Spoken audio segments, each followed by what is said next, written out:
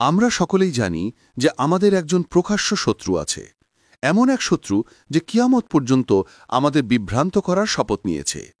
কিন্তু যদি ওই শত্রু নিজেই তার সবচেয়ে বড় দুর্বলতা এবং তার সবচেয়ে বিপজ্জনক ফাঁদ আমাদের কাছে প্রকাশ করে, আজ আমরা কিছু আশ্চর্যজনক এবং শিক্ষণীয় গল্প শেয়ার করব, যেখানে শয়তান নবী মুসা আলাইসাল্লামের সাথে তার কথোপকথন থেকে শুরু করে হাজ জুনেদ বাগদাদি রহিমাকে প্রতারিত করার প্রচেষ্টা পর্যন্ত আল্লাহর নেক বান্দাদের মুখোমুখি হয়েছিল।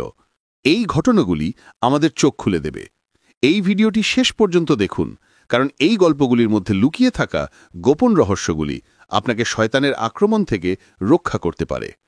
এই ঘটনা নবী মুসা আলাইহিসসালাম এবং ইবলিসের মধ্যে সাক্ষাৎ, একটি অত্যন্ত অদ্ভুত এবং অন্তর্দৃষ্টিপূর্ণ গল্প, যা হাফিজ ইবন হাজার আল মাকি তার আল জাওয়াজ বইতে বর্ণনা করেছেন। তিনি বলেছেন যে একদিন যিনি নবী আদম আলাইহিসসালামকে সিজদা না করার জন্য চিরতরে অভিশপ্ত হয়েছিলেন, নবী মুসাকে বলতে এসেছিলেন যে তার আচরণ অস্বাভাবিকভাবে নরম এবং বিনয়ী ছিল। তিনি হযরত মুসা আলাইহিসসালামকে বললেন, হে কালিমুল্লাহ, যিনি আল্লাহর সাথে কথা বলেছেন, আমি আল্লাহর কাছে তওবা করতে চাই। তুমি আল্লাহর একজন ঘনিষ্ঠ বান্দা, তোমার প্রার্থনা প্রত্যাখ্যাত হয় না। আমার পক্ষ থেকে সুপারিশ করো যে আল্লাহ আমার তওবা কবুল করুন। হযরত মুসা আলাইহিসসালাম, যিনি আল্লাহর মনোনীত নবী ছিলেন, তিনি তার জন্য সুপারিশ করেছিলেন। আল্লাহ তাআলা একটি ওহী পাঠিয়েছিলেন এবং তাকে বলেছিলেন যে যদি তিনি হযরত আদম আলাইহিসসালামের কবরের সামনে সিজদা করেন, তাহলে আমি তার তওবা কবুল করব। হযরত মুসা আলাইহিসসালাম যখন এই বার্তাটি তার কাছে পৌঁছে দেন, তখন তিনি তৎক্ষণাৎ ক্রোধে ফেটে পড়েন এবং অহংকারী স্বরে বলেন, আমি আদমকে সিজদা করতে অস্বীকার করেছিলাম যখন তিনি জীবিত ছিলেন। এখন আমি কিভাবে তার কবরের সামনে সিজদা করতে পারি? এভাবে তার অহংকার আবারও তার পথে বাধা হয়ে দাঁড়ায় এবং সে কেবল নিজের ধ্বংসই বাড়িয়ে দেয়। কিন্তু আমার প্রিয় ভাই ও বোনেরা, কথোপকথন এখানেই শেষ হয়নি। ইবলিস বললেন, মুসা, তুমি সুপারিশ করে আমার প্রতি অনুগ্রহ করেছ। বিনিময়ে আমি তোমাকে একটি গোপন কথা বলবো, যাতে তুমি যদি সেই মুহূর্তগুলিতে আমাকে স্মরণ করো, তাহলে আমি তোমার ক্ষতি করতে পারবো না। হযরত মুসা আলাইহিস সালাম মনোযোগ দিলেন এবং ইবলিস তার ধূর্ত কৌশল প্রকাশ করলেন। প্রথমত, যখন তুমি রাগ অনুভব করো, আমাকে স্মরণ করো, কারণ রাগ হলো সেই মুহূর্ত যখন আমি একজন ব্যক্তির হৃদয় ও মনের উপর সম্পূর্ণ নিয়ন্ত্রণ অর্জন করি। আমি তাদের শরীরে প্রবেশ করি, ঠিক যেমন রক্ত শিলা দিয়ে প্রবাহিত হয়। রাগে একজন ব্যক্তির বুদ্ধি অবশ হয়ে যায় এবং সে এমন কিছু বলে যার জন্য সে পরে অনুতপ্ত হয়। ইবলিস এক মুহূর্ত থেমে তার দ্বিতীয় চক্রান্ত বর্ণনা করলেন। দ্বিতীয় স্থান যেখানে তোমাকে আমার থেকে সতর্ক থাকতে হবে, তা হল যুদ্ধক্ষেত্র। যখন একজন মুজাহিদ আল্লাহর পথে যুদ্ধ করে, আমি তার হৃদয়ে ফিসফিসিয়ে বলি। আমি তাকে তার স্ত্রী, সন্তান এবং পরিবারের কথা মনে করিয়ে দিই, যাতে সে দুর্বল হয়ে পড়ে এবং জিহাদ থেকে পিছু হটে। তারপর ইবলিস তার তৃতীয় কৌশল প্রকাশ করলেন। তৃতীয় সুযোগ হল যখন একজন পুরুষ একজন অপরিচিত অমাহারাম মহিলার সাথে একান্তে বসে। সেই মুহূর্তে আমি তাদের মধ্যে বার্তাবাহক হিসেবে কাজ করি। আমি তাদের হৃদয়ে ফিসফিসিয়ে পাপের পথ প্রশস্ত করি। যদি এমন কোনো সময় যখন তুমি আমাকে স্মরণ করবে, তখন আল্লাহকে স্মরণ করবে, আর তখন আমি তোমাকে পরাজিত করতে পারব না। এই কথা বলেই ইবলিস চলে গেল। কিন্তু সেই সাক্ষাৎ একটি মহান সত্য প্রকাশ করে, যে যখন শয়তান একজন ব্যক্তিকে আক্রমণ করে এবং সে কিভাবে তাদের হৃদয় ও মনকে নিয়ন্ত্রণ করার চেষ্টা করে। আমার প্রিয় ভাই ও বোনেরা, এই ঘটনাটি কেবল একটি গল্প নয়, বরং একটি আয়না যা মানব জাতিকে সতর্ক করে। এ থেকে আমরা শিখতে পারি যে শয়তান প্রথম যে দরজা কড়া নাড়ে, তা হল অহংকার, এবং অহংকার দ্বিতীয় বড় দরজা হল রাগ, যা একজন ব্যক্তিকে অন্ধ করে দেয়। তৃতীয় ক্ষেত্র হল এই পৃথিবীর ভালোবাসা ও ভয়, বিশেষ করে জিহাদের মতো একটি মহান কাজের সময়। এবং চতুর্থ ফাঁদ হল পাপের আকাঙ্ক্ষা, বিশেষ করে একজন অমাহারাম পুরুষ এবং একজন মহিলার মধ্যে সম্পর্কের দরজা। অতএব যে মুসলিম এই মুহূর্তগুলিতে সতর্ক থাকে, শয়তানের অনিষ্ট থেকে রক্ষা পেতে পারে। এই কারণেই রাসূলুল্লাহ সাল্লাল্লাহু আলাইহি ওয়াসাল্লাম বলেছেন, রাগ হল শয়তানের অস্ত্র। তোমাদের কেউ যখন রাগান্বিত হয়, তখন তার উচিত অজু করা। আমার প্রিয় ভাইয়েরা এবং বোনেরা, এই সাক্ষাৎটি বাহ্যিকভাবে হজরত মূসা আলাইহিসসালাম এবং ইবলিসের মধ্যে হয়েছিল, কিন্তু বাস্তবে এটি আমাদের সকলের জন্য উপদেশের এক ভাণ্ডার। যদি কেউ এর মধ্যে লুকিয়ে থাকা জ্ঞান বুঝতে পারে, তাহলে সে তার জীবনের প্রতিটি মোড়ে শয়তানের চক্রান্ত থেকে নিরাপদ থাকতে পারে। এই ঘটনাটি আমাদের এই সত্যটি সম্পর্কে সচেতন করে যে শয়তান সর্বদা এই দুর্বল মুহূর্তগুলিতে মানুষকে বিভ্রান্ত করার চেষ্টা করে, অর্থাৎ যখন তাদের হৃদয় ও মন তাদের নিয়ন্ত্রণে থাকে না। মনে রাখবেন, রাগ, পৃথিবীর প্রতি ভালোবাসা এবং একজন অমাহারামের সান্নিধ্য হল বড় সুযোগ, যেখানে একজন ব্যক্তি পিছলে যায় এবং শয়তান তার আক্রমণে সফল হয়। অতএব আমাদের আবেগ নিয়ন্ত্রণ করতে হবে।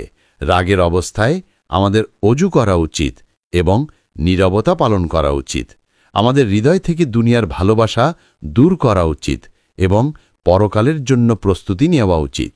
এবং আমাদের অবশ্যই একজন অমাহারাম পুরুষ বা মহিলার সাথে একা থাকা এড়িয়ে চলতে হবে। এর মধ্যেই নিহিত আছে শয়তানের অনিষ্ট থেকে রক্ষা এবং আল্লাহর সন্তুষ্টি। এই ঘটনা আমাদের মনে করিয়ে দেয় যে শয়তানের ফাঁদ সর্বদা বিদ্যমান, কিন্তু যে বান্দা আল্লাহকে স্মরণ করে, সে কুরআন ও সুন্নাহকে দৃঢ়ভাবে আঁকড়ে ধরে এবং তার ঈমানে অটল থাকে, শয়তান কখনো তাকে পরাজিত করতে পারে না। মনে রাখবেন, মানুষ সৃষ্টির পর থেকেই শয়তানের সাথে মানুষের সম্পর্ক সংগ্রাম ও পরীক্ষার ওপর ভিত্তি করে।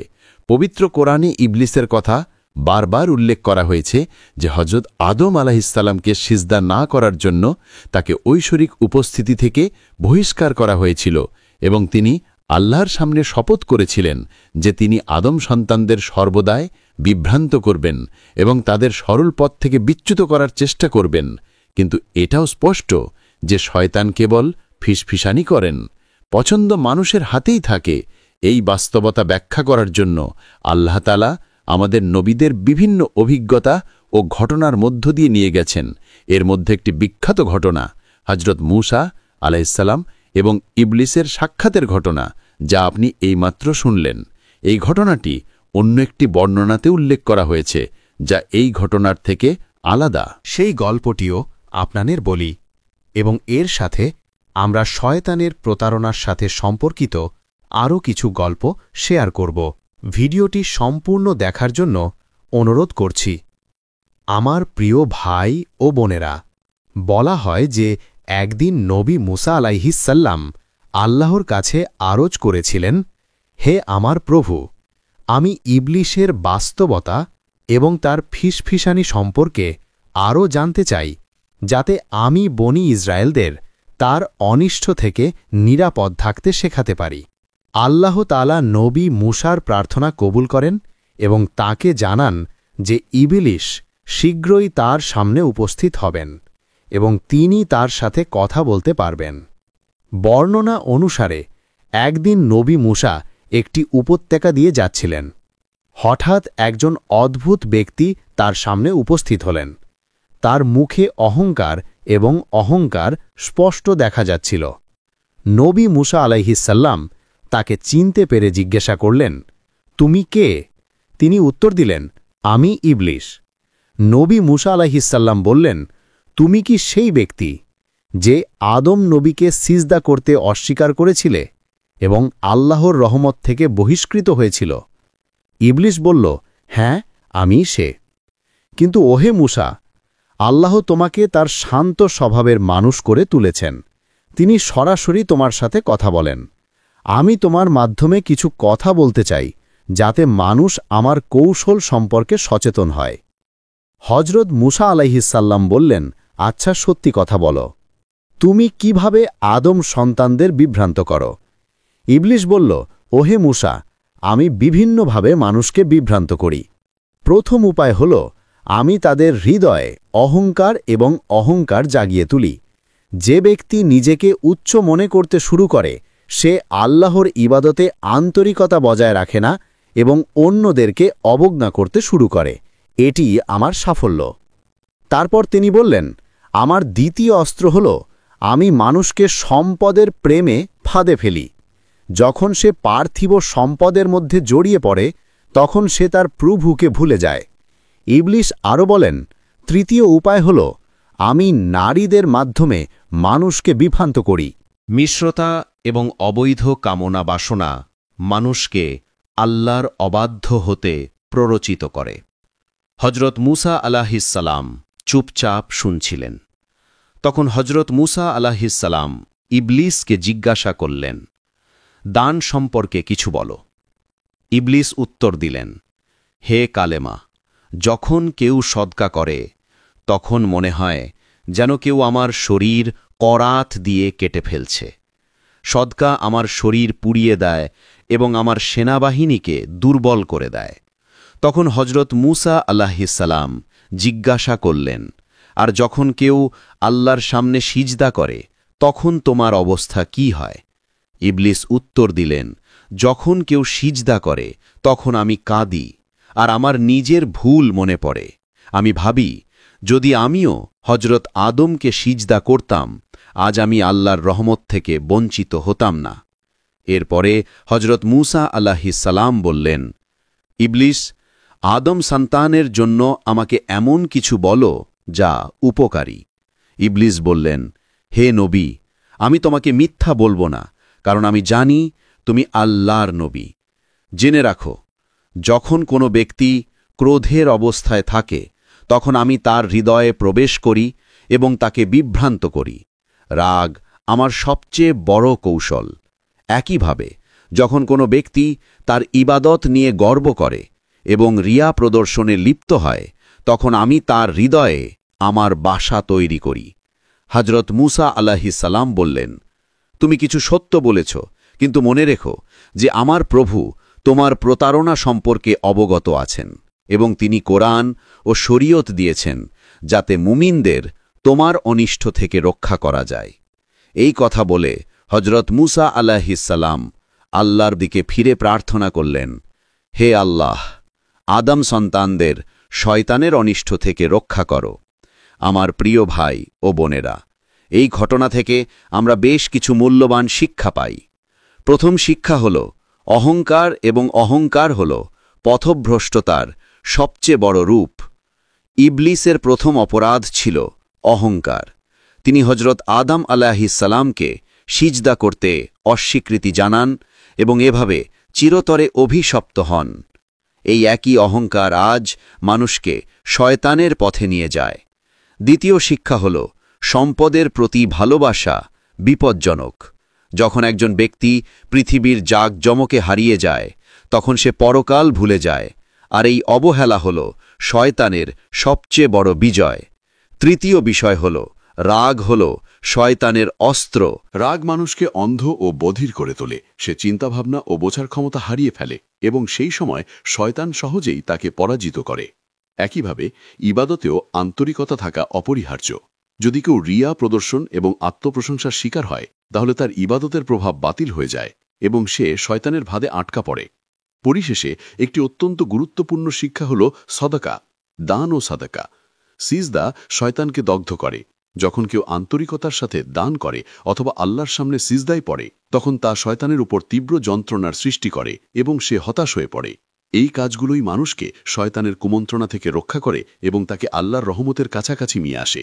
আসুন আমরা আপনাকে আল্লাহর দয়াল বন্ধুদের সাথে শয়তানের সাক্ষাতের আরও কয়েকটি ঘটনা বলি। এর মধ্যে হযরত জুনেদ বাগদাদির জীবন থেকে একটি আকর্ষণীয় এবং ঈমান প্রেরণাদায়ক গল্প রয়েছে। এই ঘটনাটি শুনুন। এই ঘটনাটি বাগদাদের একটি শান্ত রাতে ঘটেছিল। বাতাসে একটা ঠান্ডা ভাব ছিল আর সর্বত্র নীরবতা নেমে আসছিল। মানুষ তাদের ঘরে বিশ্রাম নিচ্ছিল, কিন্তু আল্লাহর প্রিয় বান্দারা ইবাদতে ব্যস্ত ছিলেন। এই বিশেষ বান্দাদের মধ্যে ছিলেন হযরত জুনায়েদ বাগদাদি রহিমা, যাকে জ্ঞান ও আধ্যাত্মিকতায় তার সময়ের ইমাম হিসেবে বিবেচনা করা হতো। সেই রাতেও রহিমা অজু করলেন এবং তার নামাজে জায়নামাজে বসে পড়লেন। তার ঠোঁটে আল্লাহর জিকির স্মরণ ছিল এবং তার হৃদয় বিনয়ে পরিপূর্ণ ছিল। যখন তার চোখ বন্ধ হয়ে গেল তখন মনে হল যেন তার হৃদয়ের চোখ দিয়ে অরসের ঐশ্বরী আলো দৃশ্যমান হচ্ছে। এটি এমন একটি অবস্থা যা সাধারণ মানুষ কল্পনাও করতে পারে না। জিকিরের এই অবস্থায় হঠাৎ একজন ব্যক্তি ঘরে প্রবেশ করলেন। তিনি দরজা দিয়েও আসেননি, জানালা দিয়েও আসেননি, তিনি হঠাৎ করেই হাজির হলেন। হযরত জুনেদ। রহিমা চমকে উঠলেন এবং উপরের দিকে তাকালেন। দর্শনার্থীর মুখ খুব উজ্জ্বল ছিল, তার দাড়ি সাদা ছিল, তার পোশাক উজ্জ্বল সাদা ছিল। তার চেহারা অত্যন্ত আকর্ষণীয় ছিল। যে কেউ তাকে দেখত সে বলত যে তিনি অবশ্যই একজন সাধু অথবা একজন ধার্মিক বৃদ্ধ। দর্শনার্থী অত্যন্ত শ্রদ্ধার সাথে অভ্যর্থনা জানালেন, আসসালামু আলাইকুম ও জুনেদ। হযরত জুনেদ রহিমা উত্তর দিলেন, তুমি কে এবং তুমি এখানে কিভাবে এলে? লোকটি হেসে বললেন, আমি আল্লাহর একজন বিশেষ বান্দা। আমি তোমাকে সুসংবাদ দিতে এসেছি। তুমি আল্লাহর পথে এত ইবাদত করেছ, এত আধ্যাত্মিক সংগ্রাম সহ্য করেছ এবং মানুষকে পথ দেখিয়েছ। তুমি এখন এমন পর্যায়ে পৌঁছেছ যে শরীয়তের বাহ্যিক নিয়মকানুন আর তোমার উপর আবদ্ধ নয়। এখন যদি তুমি চাও তাহলে তোমাকে নামাজ পড়ার বা রোজা রাখার দরকার নেই। তোমার হৃদয় আল্লাহর সাথে সংযুক্ত, তুমি তার বন্ধু হয়ে গেছ। এই কথা শুনে হযরত জুনেদ বাগদাদী রহিমাহুল্লাহর হৃদয়ে সন্দেহর ছায়াও প্রবেশ করেনি। সে তাৎক্ষণিকভাবে বুঝতে পেরেছিল যে এই ব্যক্তি একজন ধার্মিক বৃদ্ধ নন, কিন্তু শয়তান ধার্মিকতার ছদ্মবেশে। সে কঠোর কণ্ঠে বলল, ও অভিশপ্ত, তুমি আমাকে প্রতারিত করতে চাও? মনে রেখো, ইসলামী আইন বিচারের দিন পর্যন্ত বৈধ। যে কেউ নিজেকে এর থেকে মুক্ত বলে দাবি করে সে পথভ্রষ্ট। নবী সাল্লাল্লাহু আলাইহি ওয়াসাল্লাম এই পৃথিবী থেকে বিদায় নেওয়ার সময়ও সালাত আদায় করছিলেন। তাহলে জুনাদের মতো পাপী কিভাবে শরীয়ত ত্যাগ করার অনুমতি পেতে পারে? সেই দর্শনার্থী হেসে বললেন, জুনাদ, তুমি আমাকে চিনতে পেরেছ? হ্যাঁ, আমি শয়তান। আজ পর্যন্ত আমি হাজার হাজার উপাসককে এই সৌন্দর্যরূপ জালে আটকে রেখেছি। আমি তাদের বোঝালাম যে তারা আল্লাহর খুব কাছে চলে গেছে এবং আর ইবাদাতের প্রয়োজন নেই। তারা অহংকারে পড়ে গেল এবং তাদের ঈমান থেকে বঞ্চিত হল। কিন্তু আফসোস, তুমি আমার ফাঁদে পা দাওনি। রাহিমা বললেন, তোমার কৌশল আমার কাছে নতুন নয়। আমার প্রভু ইতিমধ্যেই কুরআনে আমাকে বলেছেন যে তুমি একজন প্রকাশ্য শত্রু। আমি তোমার কাছ থেকে আল্লাহর আশ্রয় চাই। এই কথা শুনে শয়তানের মুখ বিকৃত হয়ে গেল। তার উজ্জ্বল রূপ মুহূর্তেই কালো হয়ে গেল। তার চোখ থেকে আগুন বের হতে লাগল। সে বিষাক্ত হেসে বলল, ও হে জুনাদ, তোমাকে আমি সালাম জানাই, কারণ তুমি আমার সবচেয়ে বড় অস্ত্রগুলির মধ্যে একটি ভেঙে ফেলেছ। কিন্তু মনে রেখো, আমি বিচারের দিন পর্যন্ত মানুষকে বিভ্রান্ত করা বন্ধ করব না। তোমার মতো এত মানুষ আমার প্রতারণায় ধ্বংস হয়ে গেছে। এই বলে সে চিৎকার করে অদৃশ্য হয়ে গেল। আমার প্রিয় ভাই ও বোনেরা, মনে রেখো, এই ঘটনাটি কেবল একটি সভা নয়, বরং একটি মহান শিক্ষা। এই গল্পটি দেখায় যে শয়তান সর্বদা একজন ব্যক্তিকে সরাসরি পাপের দিকে পরিচালিত করে না। সে জানে ধার্মিক লোকেরা তাৎক্ষণিকভাবে পাপ এড়িয়ে যাবে, অতএব সে তাকওয়ার ছদ্মবেশে তাদের প্রতারিত করে।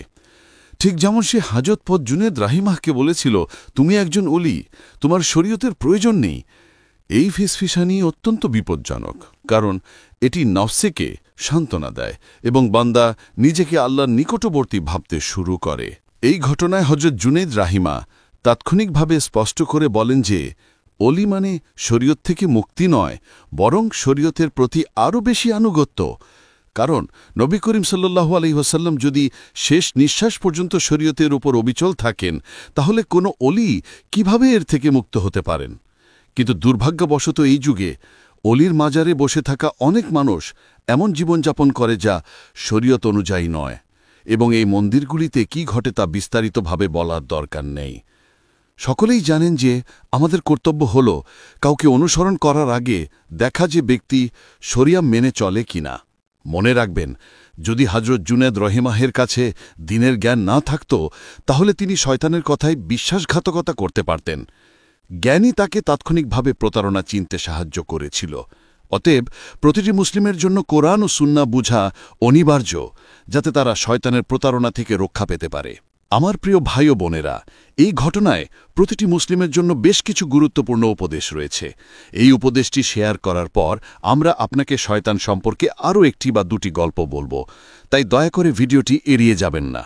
এই গল্প থেকে প্রথম শিক্ষা হল যে একজন ব্যক্তিকে সর্বদা শরীয়তের প্রতি আবদ্ধ থাকতে হবে, কারণ সালাদ, রোজা, জাকাত এবং অন্যান্য আদেশ নিষেধ জীবনের শেষ মুহূর্ত পর্যন্ত ফরজ, এবং তাদের মধ্যে অবহেলা সহ্য করা যায় না। দ্বিতীয় শিক্ষা হল জ্ঞান অর্জন করা। শয়তানের কৌশল এবং প্রতারণা চিনতে অনিবার্য, কারণ অজ্ঞতা শয়তানের সবচেয়ে বড় বিজয়। তৃতীয় শিক্ষা হল অহংকার এড়িয়ে চলা, কারণ নিজের ভালো কাজের প্রতি অহংকারও মানুষকে ধ্বংসের দিকে ঠেলে দিতে পারে। এই বাস্তবতাও মনে রাখতে হবে। শয়তান কখনো কখনো পবিত্র রূপে আবির্ভূত হতে পারে, তাই সকল পরিস্থিতিতে আল্লাহর আশ্রয় প্রার্থনা করা অপরিহার্য। অবশেষে আমরা শিখি যে আল্লাহর অলিরাও শরীয়ত থেকে মুক্ত নন, বরং শরীয়ত মেনে চলা তাদের জন্য আরও কঠোর, কারণ তারা আল্লাহর নিকটবর্তী। এমনকি সামান্য ভুলও তাদের জন্য বিরাট জবাবদিহিতার কারণ হতে পারে। কিন্তু দুর্ভাগ্যজনক যে আজকের পৃথিবীতে মানুষ মাঝে মাঝে বলে যে যদি হৃদয় পরিষ্কার থাকে তাহলে ইবাদতের কোনো প্রয়োজন নেই। আসল কথা হল নিয়ত। সালাত বাদ পড়লেও কিছু যায় আসে না। এটি আসলে শয়তানের পুরনো অস্ত্র, যা সে নতুন শব্দে ব্যবহার করে। মনে রাখবেন, অন্তরের পরিচ্ছন্নতা এবং নিয়তের বিশুদ্ধতা কেবল তখনই গৃহীত হয় যখন কেউ কাজ করে। শরীয়ত অনুসারে যদি কেউ সালাত ত্যাগ করে, তার হৃদয় পরিষ্কার বলে দাবি করা আসলে শয়তানের প্রতারণার মধ্যে পড়ে। আমার প্রিয় ভাই ও বোনেরা, আমরা যে ঘটনাটি বলতে যাচ্ছি তা হল শয়তান এবং হযরত ইব্রাহিম বিন আদমের গল্প। আমাদের উল্লেখ করা উচিত যে তাসাউফ সুফিবাদের জগতে হযরত ইব্রাহিম বিন আদম এর নাম অত্যন্ত শ্রদ্ধার সাথে নেওয়া হয়। তিনি একসময় এক রাজ্যের রাজা ছিলেন, কিন্তু তিনি কোনো শান্তি পাননি। অবশেষে আল্লাহ তার হৃদয়, তার স্মৃতির স্ফুলিঙ্গ প্রজ্জ্বলিত করলেন এবং তিনি তার রাজ্য ত্যাগ করে তাকওয়া এবং তত্ত্ববাদের পথ গ্রহণ করলেন। একদিন এমন ঘটনা ঘটে যে হযরত ইব্রাহিম বিন আদম রাহিমা ভ্রমণ করছিলেন। তিনি একটি নির্জন উপত্যকা দিয়ে যাচ্ছিলেন। দিন শেষ হয়ে আসছিল। সূর্যের রশ্মি ধীরে ধীরে পাহাড়ের আড়ালে লুকিয়েছিল। বাতাসে এক অদ্ভুত নিদ্রা ছিল।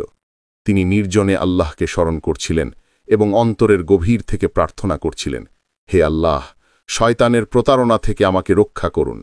ঠিক সেই মুহূর্তে হঠাৎ একজন ভয়ঙ্কর ব্যক্তি তার সামনে উপস্থিত হলেন। তার চুল এলোমেলো, চোখে লাল আভা জ্বলছিল, আর মুখে এক অদ্ভুত আতঙ্ক। হযরত ইব্রাহিম রাহিমা তাৎক্ষণিকভাবে বুঝতে পারলেন এটা কোনো সাধারণ মানুষ নন। লোকটি বলল, ও ইব্রাহিম বিন আদম, আমি তোমাকে চিনি। তুমি তোমার রাজ্য ছেড়ে চলে গেছ, তুমি তোমার সিংহাসন প্রত্যাখ্যান করেছ, আর তুমি আল্লাহর পথে এসেছ। কিন্তু তুমি কি পেলে? এখন তুমি মরুভূমিতে ঘুরে বেড়াও, মাঝে মাঝে খাবার পাও, মাঝে মাঝে পাও না। তুমি যে পথ বেছে নিয়েছ, এটা কেমন পথ? ইব্রাহিম রহিমও খুব শান্তভাবে উত্তর দিলেন, আমি সেই শান্তি পেয়েছি যা সিংহাসন ও মুকুটে ছিল না। আমি আল্লাহর সাথে সেই নৈকট্য পেয়েছি যা পৃথিবীর ধন সম্পদও দিতে পারে না। লোকটি রেগে হেসে বলল, আমি শয়তান এবং আমার কাজ হলো মানুষকে বিভ্রান্ত করা। আমি রাজাদের অহংকারে লিপ্ত করি, আমি ধনীদের বিভ্রান্তিতে জড়াই, আমি পণ্ডিতদের খ্যাতির পিছনে ছুটতে বাধ্য করি। কিন্তু তুমি সব কিছু ত্যাগ করে আল্লাহর পথ গ্রহণ করেছ, তাই আমি তোমার অন্তরে ফিসফিসানি দিচ্ছি যে হয়তো তুমি তোমার সিদ্ধান্ত পরিবর্তন করতে পারো। হযরত ইব্রাহিম রাহিমা বললেন, ওহে অভিশপ্ত, আমার হৃদয় কেবল আল্লাহর স্মরণে পরিতৃপ্ত। আল্লাহ আমার সংকল্পকে শক্তিশালী করো। বলা হয় শয়তান আরেকটি কৌশল চেষ্টা করেছিল। সে বলল, ইব্রাহিম, তুমি জানো তোমার শরীর দুর্বল, তুমি ইবাদাত করতে করতে ক্লান্ত হয়ে পড়বে। এই কষ্ট তোমার জন্য নয়, এসব ত্যাগ করো এবং তোমার জীবন সহজ করে দাও। আল্লাহ অত্যন্ত করুণাময়, তিনি তোমাকে ক্ষমা করবেন। হযরত ইব্রাহিম রাহিমা হেসে বললেন, হ্যাঁ, আমার রব করুণাময়, কিন্তু তিনি অত্যাচারীদের ভালোবাসেন না। আর সবচেয়ে বড় অত্যাচার হল যখন একজন বান্দা তার নিজের ইচ্ছার অনুসরণ করে তোমাকে ত্যাগ করে। আল্লাহর আনুগত্য যদিও আমার শরীর দুর্বল হয়ে যায়, তার কি হবে? আমার হৃদয় শক্তিশালী। আর আল্লাহর আনুগত্য শরীরের শক্তি দ্বারা প্রমাণিত হয় না, বরং নিয়তের আন্তরিকতা দ্বারা। এই কথা শুনে শয়তান রেগে মাটিতে পা ঠুকে বলল, ইব্রাহিম, আমি তোমাকে তীব্র ঘৃণা করি, কিন্তু একটা কথা সত্যি, তোমার মতো আমার কৌশল চিনতে পারে এমন লোক খুবই কম আছে। চিৎকার করে সে দৃষ্টির আড়ালে চলে গেল। আমার প্রিয় ভাই ও বোনেরা, এই ঘটনাটি আমাদের জন্য একটি গভীর শিক্ষা বহন করে এবং দেখায় যে শয়তানের প্রথম অস্ত্র হল দুনিয়ার প্রতি ভালোবাসা। ঠিক যেমন শয়তান প্রথমে হযরত ইব্রাহিমাকে দুনিয়ার আরাম আয়েশের কথা মনে করিয়ে দিয়েছিল, ঠিক তেমনি সে তাকে সিংহাসনের সম্পদ এবং সহজ জীবনের প্রলোভন দেখিয়েছিল, যাতে সে আল্লাহর পথ থেকে বিমুখ হয়। এটি আমাদের বলে যে দুনিয়ার প্রতি ভালোবাসা হল সবচেয়ে বড় প্রতারণা। শয়তানের দ্বিতীয় অস্ত্র হল ক্লান্তি এবং দুর্বলতার অজুহাত। শয়তান একজন ব্যক্তিকে বলে যে ইবাদত করা কঠিন, রোজা তোমার স্বাস্থ্য নষ্ট করবে, ফজরের জন্য ঘুম থেকে ওঠা কঠিন, কিন্তু বাস্তবে এগুলি কেবল অজুহাত। আল্লাহর নৈকট্য অর্জনের জন্য প্রচেষ্টা এবং ত্যাগের প্রয়োজন।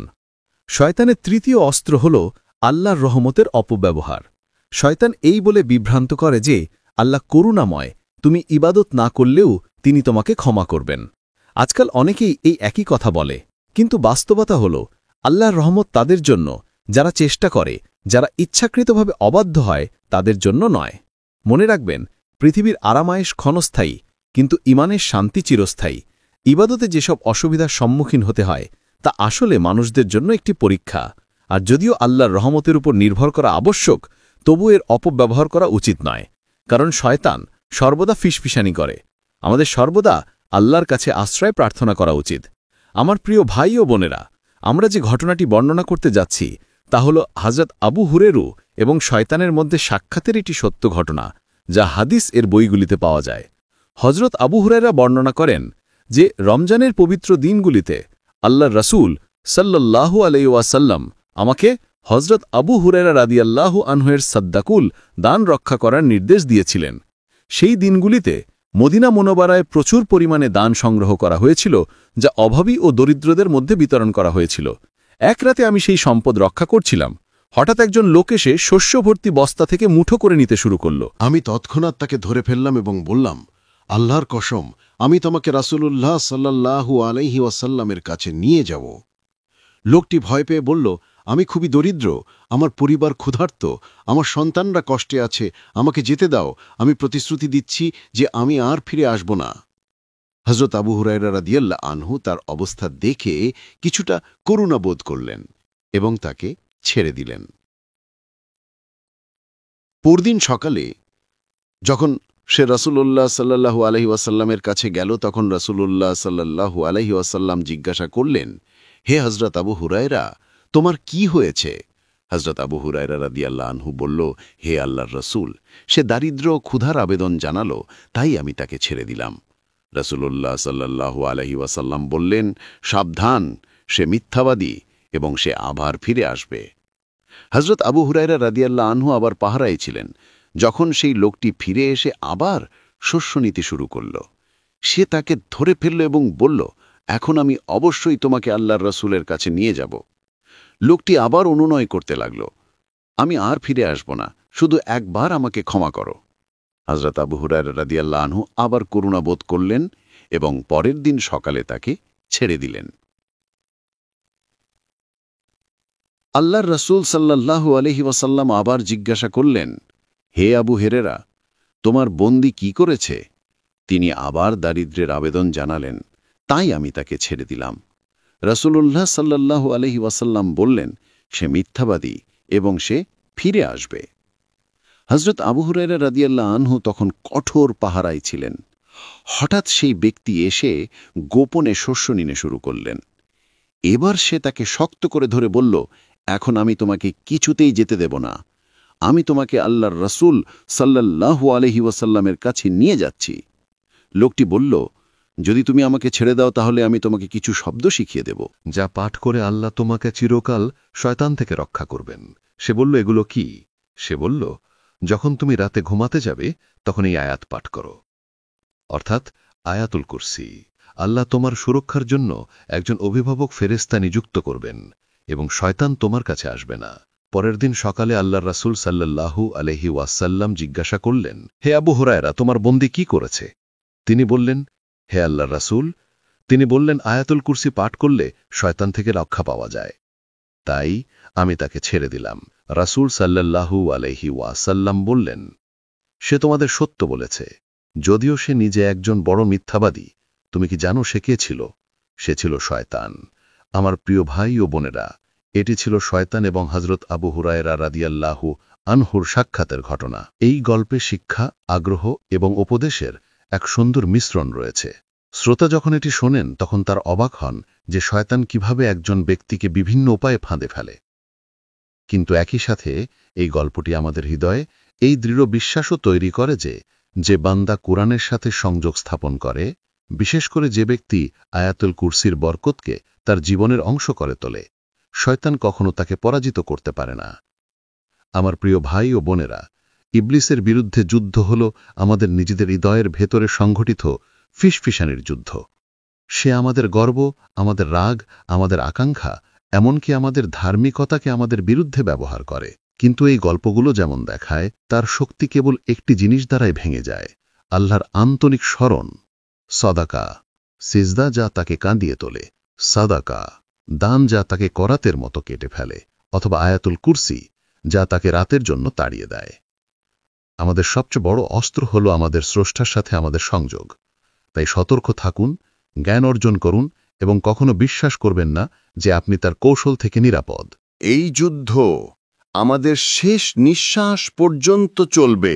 আমার প্রিয় ভাই ও বোনেরা, আজকের ভিডিওতে আপনি দেখেছেন যে ইসলামী শিক্ষা আমাদের স্পষ্ট বার্তা দেয় যে শয়তান মানুষের সবচেয়ে বড় এবং সবচেয়ে প্রকাশ্য শত্রু।